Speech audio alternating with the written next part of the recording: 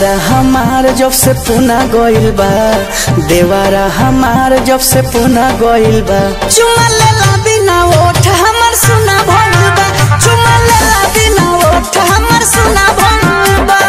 ओकरे बादेन दुगो मुना भइल बा, ओकरे बादेन दुगो मुना भइल बा। चुमा लेला बिना ओठ हमर सुना भइल बा, चुमा लेला बिना ओठ हमर सुना भइल बा।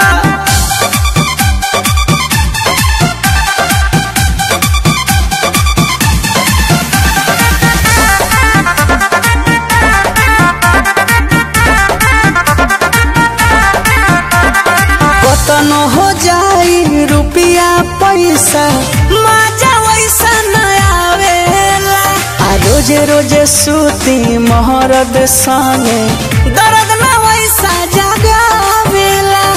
हर का कोई हो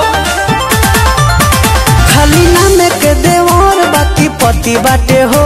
हमारो करेला सब संपत्ति बाटे हो। देहिया के दुखावा दुगुना भइल बा, देहिया के दुखावा दुगुना भइल बा। चुमा लेला बिना ओठ हमर सुना भइल बा, चुमा लेला बिना ओठ हमर सुना भइल बा।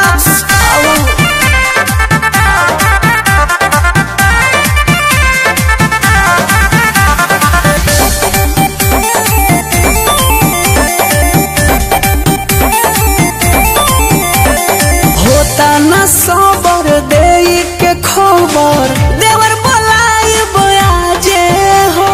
बढ़े परेशानी गलत जवानी, केहू के करब न लाजे हो।